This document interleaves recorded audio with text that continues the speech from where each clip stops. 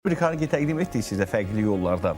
Burada heyvanları gördük və ondan çıxış edən Xalça Muzeyinə də gözəl bir keçid elədin. Mən isə istəyərdim ki, deyim, qədim zamanlardan indiyə qədər bir çox insanlar da heyvanlara xüsusi rəğbətlə yanaşıblar, xüsusi məhəbbətlə yanaşıblar. Onların çulları var ki, biz bilirik ki, heyvanları qorumaq üçün xüsusi çullar bunu həm daşımada istifadə ediblər, həm gözəlliyi üçün istifadə edənlər olublar ki, Xalça Muzeyində çox maraqlı bir sərgidən danışacaq sizə. 1000 naxış, bir çul üstü adlı sərgidən danışacaq və qonağımız Milli Xalça Muzeyinin direktoru, əməkdar mədəniyyət işçisi, dəyərlimiz Əminə xanım Məlikivadır ki, Əminə xanım, xoş gördük sizi. Əminə xanım. Xoş gəlib, səfa gətirmişsiniz. Xoş gördük. Azərbaycan televiziyasının efirində günə davam deyib sizi dəvət etdik və bu sərgidən istəyərdik sizinlə bərabər danışaq. Çünki siz burada olmayanda da biz Xalça Muzeyindən danışırıq. Və çox sağ olun ki, bizim müxbirimiz də sizə yaxınlaşarkən sujetlərimizdə siz özünüz onları qəbul edərək o Xalça Muzeyinin fəaliyyəti ilə bağlı geniş məlumat verirsiniz. Bu bizi çox sevindirir ki, bu bizim milli sərvətimizdir. Bunu qorumaq lazımdır və unikal memarlığı ilə bütün Azərbaycan deyil, dünyanı heyran edən Milli Xalça Muzeyindən danışırıq və yeni sərgidən. Xoş gördük, buyurun. Çox sağ olun. Mən də sizi salamlayıram. Aytaç xanım, Elnur bəy, hörmətli tamaşaçılarımızı da salamlayıram. Bu gözəl mart günündə bura dəvət etdiyiniz üçün təşəkkürümü bildirirəm. Azərbaycan Milli Xalça Muzeyi siz qeyd elədiyiniz kimi dünyada ilk təsis edilmiş, ixtisaslaşdırılmış xalça muzeyidir ki, 1967-ci ildə, məsələn, mart ayında, 13 mart tarixində Nazirlər Kabinetinin qərarı ilə yaradılmışdır və 1972-ci ildə bizim muzeyimizin ilk ekspozisiyası ilk dəfə ziyarətçilər üçün açılmışdır. Və bugün də Azərbaycan Milli Xalça Muzeyi öndədir, çünki xalçaçılıq sənətimiz bizim ən qədim təsviri, bizim el sənətimizin biridir və bizim də əsas vəzifəmiz odur ki, onları qoruyaq, yəni xalça məmulatları burada ən böyük, ümumiyyətlə dünyada mövcud olan ən böyük Azərbaycan xalçalarından ibarət kolleksiyasıdır. 12 minə yaxın eksponat qorunub saxlanılır bugün muzeydə və bu bir alma materdir. Mən hər zaman deyirəm ki, bizim gənclərimiz, siz Aytaç xanım bayaq dediniz ki, sizin övladlarınız tez-tez gəlir bizim muzeyə. Bu da bizim üçün çox sevindirici bir haldır ki, çünki bu hər bir Azərbaycan vətəndaşı üçün bu qürurdur, bu fərəhdir ki, ilk xalça muzeyi dünyada məsələ buradadır və maraqlı faktdır ki, memarlar da çox tez-tez, nəinki Azərbaycanın qədim xalçaçılıq sənətinin vurğunları, memarlar da tez-tez gəlir. Çünki hal-hazırda muzeyin yerləşdiyi bina, bilirsiniz ki, o da ilk və yeganə binadır ki, xalça formasında inşa edilmişdir. Dünyaca məşhur Avstriyalı memar Frans Jans tərəfindən 26 avqust 2014-cü il tarixində ilk dəfə muzey artıq yeni binada öz fəaliyyətini davam etmişdi. Əminə xanım, hal-hazırda bax, bu keçiləcək sərgidən danışmaq istəyirəm. Çünki bu xalçalardan danışırıq, xoflu, xofsuz xalçalardan danışırıq və yaxud orada qorunan nadir xalçalardan danışırıqsa, bir də ora əlavə olunmuş çullardan danışmaq istəyirik. Hansı ki, 1000 naxış bir çul üstündə adı altındadır. Bu barədə də istəyərdim məlumat verəsiniz, zəhmət olursa. Elədir, hələ bu mart günlərində mən hörmətli tamaşaçılarımızı dəvət etmək istəyərdim bizim muzeyə. Çünki siz buyurduğunuz kimi mart ayının 1-dən müvəqqəti olaraq Azərbaycan Milli Xalça Muzeyinin 1-ci mərtəbəsinin sərgi qalereyasında çox maraqlı, mən deyərdim maarifləndirici bir sərgi açılıb. Burada bizim kolleksiyalarımızda qorunub saxlanılan çulları nümayiş etdiririk. Onlar müxtəlif dövrlərə aiddir. Onların arasında 18-ci əsrə hətta aid olan nümunələr var. Çox nadir nümunələr. Onların arasında belə çullar var ki, biz onları ilk dəfə bizim fondlarımızdan çıxararıq. Bəli. Çul, bilirsiniz ki, yəni heyvanlar adətən yük daşıyan heyvanlar bizim Azərbaycan ailəsinin məişətinin ayrılmaz bir hissəsi olub. Yəni bugün biz məsəl üçün nəqliyyat vasitələrdən istifadə edirik, amma əvvəllər, yəni bir əsrlər boyu biz bu heyvanlardan məişətdə çox istifadə edərdik və bizim xalqımız o qədər gözəlliyi sevən bir xalqdır ki, biz nəinki özümüzü evimizi, biz hətta heyvanlarımızı da həmişə bəzəyirdik. Burada yəni at, dəvə, əzəmətli heyvandır dəvə. Ola bilər ki, bugünün günündə dəvə o qədər də məişətdə yəni istifadə olunmur onun xidmətindən belə deyək, amma dəvə çulları var və onlar çox gözəldir.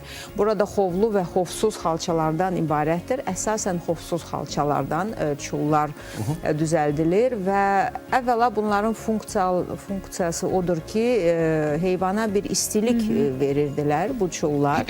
İkincisi də ki, gözəldir. Adətən bayramlar bir bayramlıq, hansısa bir gənc qızın, xanımın evinə bir bayramlıq aparılanda o dəvənin üzərində aparılardı ya da ki atın üzərində aparılardır. Və sərgidə də 25. 25 çul nümunəsi təqdim olunur. Bəli, 25 çul təqdim olunub. Hansı bölgələrə əhatə edir o 25 çul? Əsasən Qarabağ, Şirvan, Şəki və Bakı zonasına aid olan çullardır. Və naxışlarda nələr orada görünür? Əminə xanım, bizə çox maraqlıdır ki, o naxışlar nədən xəbər verir? Çünki biz bilirik ki, xalçalar üzərində olan və toxumalar üzərində olan naxışlar bəzən bizə həmin o tarixdən danışır. Siz düz deyirsiniz. Adətən bu naxışlar bizə çoxlu mesajlar, bizim əcdadlarımızdan bugünə qalan çoxlu mesajlar verir. Ona görə, yəni mən bütün sirləri burada açmaq istəmirəm. Bu da bir səbəbdir ki, bizim ziyarətçilər, bəli, amma maraqlı naxışlar var. Əlbəttə ki, adətən burada flora və fauna mənalı naxışlar var. Bilirsiniz, bugün məsəl üçün bizim hörmətli toxucular hansız dəstgah üzərinə keçəndə və xalça toxumağa başlayanda adətən onların artıq bir çeşnisi var. Onlar bu çeşni üzərində işləyirlər. Amma gəlin təsəvvür edək ki, bir 100 il, 150 il, 200 il bundan əvvəl yalnız toxucunun fantaziyasından istifadə olunurdu və o bir xalçanı, yəni xalça toxumağa başlayanda burada əlbəttə ki, bizim təbiətimiz, Azərbaycan xalçası o qədər rəngarəngdir, o qədər rəngarəng, füsunkar rəng çalarları ilə seçilir. Dünyanın bir çox ölkələrində xalçaçılıq sənəti mövcuddur. Amma tam əminliklə deyə bilərik ki, Azərbaycan xalçası öz rəngarəng, öz füsunkar rəngləri ilə çox seçilir. Bu da ki, çünki xalça bir təbiətin bir məhsuludur. Keçən il Azərbaycanda bilirsiniz ki, noyabr ayında COP29 kimi müntəşəm bir hadisə və biz orada bizə gələn, muzeyə gələn ziyarətçilərə də çalışdıq, onlara bir mesaj verək ki, hərdən insan xalçaya baxır, onun gözəlliyinə heyran olur və bu insan üçün xalça sadəcə bir interyerin bir hissəsidir. Amma ola bilər ki, çox adam bilmir ki, onun ümumiyyətlə necə mürəkkəb bir prosesdir və bu proses də bu ekosistemin bir hissəsidir. Özü bir ekosistemdir. Çünki xalça hardan başlayır? Qoyunu 2 dəfə ildə qırxmaq lazım idi. O da qoyunun sağlamlığına lazım idi və əlbəttə ki, bu yun toplanılırdı.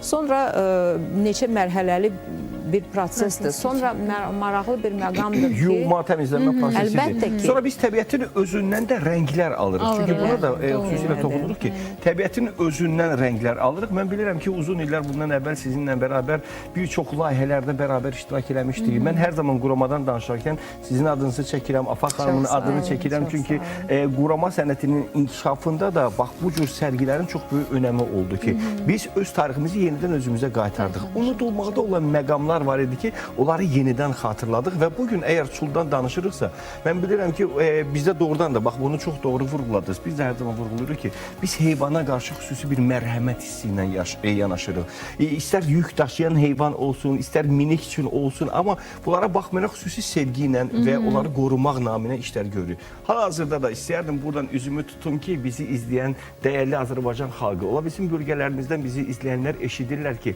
sizdə qədim tarixə malik olan çullar varsa, Milli Xalça Muzeyinə gətirə bilərsiniz, təhvil verə bilərsiniz. Ən azından sərgidə iştirak etməsi üçün məlumat verə bilərsiniz. Sonra təbii ki, onu sizə geri qaytara da bilərlər. Amma əsas odur ki, biz bu nümunələri itirməyək, bu nümunələr yox olmasın. Bunu görək, gələcək nəsilləri ötürək. Və varmı ki, yeni gənclərimiz, xalçaçılıqla marağı olan gənclərimiz də bax bu cür sərgilərdən yararlanaraq bu cür nümunələr təqdim etsinlər, toxusunlar, çulla bağlı. Ən azından bu peşəyə yələmək istəsinlər. Çünki siz az öncə Kopu vurğuladınız. Orada bir stend var idi. Hansı ki biz ən azından cəhd eləyə bilirdik, yoxlaya bilirdik. Mən diqqət etdim ki, orada uşaqların, gənclərin daha çox marağı var. Bəlkə də daha əvvəl görmədikləri üçün, ilk dəfə olduğu üçün, amma insana fərqli bir həyəcan yaşar. Bir də sən düşün ki, ölkəmizə gələn turistlərin marağına səbəb olur. Bax, bu da önəmlidir. Düz deyirsiniz, turistlər hər zaman ümumiyyətlə Azərbaycana, yəqin ki, hansısa bir turist ilk dəfə ayaq basanda Azərbaycana, bunlar bilirlər ki, Azərbaycanın ən qədim xalçaçılıq sənəti var və əlbəttə ki, turistlər çoxdur.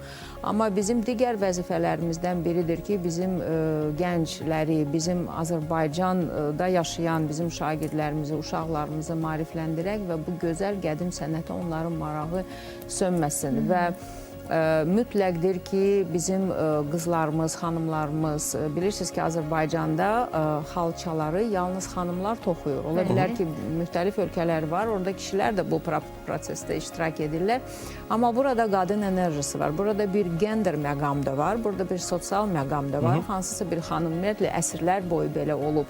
Adətən hansısa bir qız uşağı 3-4 yaşında artıq dəzgaha gətirilərdi və onlardan ola bilər ki, 10 nəfərin içində 3-ü, 4-ü, 5-i bu sənətə, yəni bir çox belə yüksək səviyyədə bu sənəti öyrənərdi və çox gözəl də, yəni bir neçə ildə keçəndən sonra artıq güclü bir peşəkar olardı. Amma digər tərəfdən biz bilirik ki, hər bir yəni el sənətinin inkişafı bu xalqın həyat tərzindən asılıdır. Bugün bizim həyat tərzimiz dəyişib. Bugün xanımlar o qədər də, yəni evdə oturmur, belə deyək ki, hansısa bir peşə sahibidirlər və o qədər də bəlkə onların vaxtları yoxdur. Ona görə müəyyən ola bilər ki, bu sənətin inkişafında müəyyən addımlar atılmalıdır ki, bu gənclər cəlb olunsunlar. Və məhz ona görə də bizim muzeyimizdə daimi ustad dərsləri fəaliyyətdədir. Bizim Uşaq Muzeyi adlı bir şöbəmiz fəaliyyət göstərir və orada elə muzeyin bütün iş günlərində bizim uşaqlarımız nəinki xalça sənətinə, elə qurama sənətinə, digər bizim el sənətlərimizlə tanış olurlar və orada özlərini göstərə bilərlər. Sonra mən, məsəl üçün, hər zaman deyirəm ki, bizim yaradıcı, kreativ dizaynerlərimiz, memarlar, rəssamlar, hətta rəngkarlıqla və digər təsviri sənətlərlə məşğul olan insanlar, onlar mütləq Xalça Muzeyinə gəlməlidirlər. Çünki bu bir alma materdir. Yəni, burada bizim milli naxışlarımızı öyrənmək lazımdır ki, onlardan da mütləq öz yaradıcılığında onlar istifadə eləsələr çox gözəl olar. Çox gözəl məqamlara toxundunuz və düşünürəm ki, qadınları, özelliklə gənc qızlarımızı bu peşəyə, bu sənətə yönəltmək üçün məsələ qadının yaradıcı gücünü onların yadına salsaq, məhz qadının əl bacarıqlarını inkişaf etdirdikcə həyatının da dəyişməsi və xalça naxışları qədər sirli olmasını təbliğatını etsək Əminə xanım, düşünürəm ki, yaxın illərdə bu sahəyə olan maraq da artar, dəyişər. Minnətdarlıq gəldiyiniz üçün təşəkkürlərinizi bildiririk. Xatırladırıq ki, qonağımız Milli Xalça Muzeyinin direktor, əməkdar mədəniyyət işçisi Əminə Məlikova idi ki, min naxış bir çul üstündə sərgisindən danışdı. Bu sərgi, son olaraq bunu da soruşum ki, sərgi nə vaxta qədər davam edəcək? Bu sərgi mart ayının sonuna dək davam edəcək. Mən bilirəm ki, bizim hörmətli tamaşaçılarımızın bir neçə bizim bayram günlərimiz olacaq, asudə vaxtımız daha çox 18 olacaq. gün bayram günüdür. Bu da bir gözəl fürsətdir ki, muzeyə gəlsinlər. Çünki muzey açıq olacaq, bütün bayram günlərində muzey açıq olacaq və bizim də əməkdaşlarımız da yəni çox böyük məmnuniyyətlə sizi orada qəbul edib, sizə bizim ekspozisiyalarımızla tanış edəcəklər və dediyim kimi ustad dərslərinə də keçə bilərsiniz. Minnətdarlıq gəldiyiniz üçün bax bu məlumatları da təqdim etdi. Lətif Kərimovun qoyduğu bu ənənə davam etdirilir. Xalçanın öyrədilməsi, naxışlarının öyrənilməsi, bu bizim milli kimliyimizdir. Naxışlarımız, xalçalarımız və bölgələrimizdə olan insanlar, əgər sizin hər hansı bir xüsusi layihələriniz varsa, xalça nümunələriniz varsa, Milli Xalça Muzeyinə təqdim edin onları, qorunsun, saxlanılsın, əsillərdən əsillərə ötürülsün ki, bu da bizim tariximizin yaşaması deməkdir və əmin ola bilərsiniz ki, Milli Xalça Muzeyi həmin o xalçaları göz bəbəyi kimi qoruyaraq, onları təkcə Azərbaycanda deyil, bütün dünyaya tanıdırlar və bu istiqamətdə də xüsusi layihələr həyata keçirdirlər. Bax, bunu söylədik sizə. Əminə xanım, bir daha minnətdarlıq gəldiyiniz üçün çox sağ olun. Qısa bir fasiləyə ayrılacaq, fasilədən sonra yenidən qarşınızdayıq.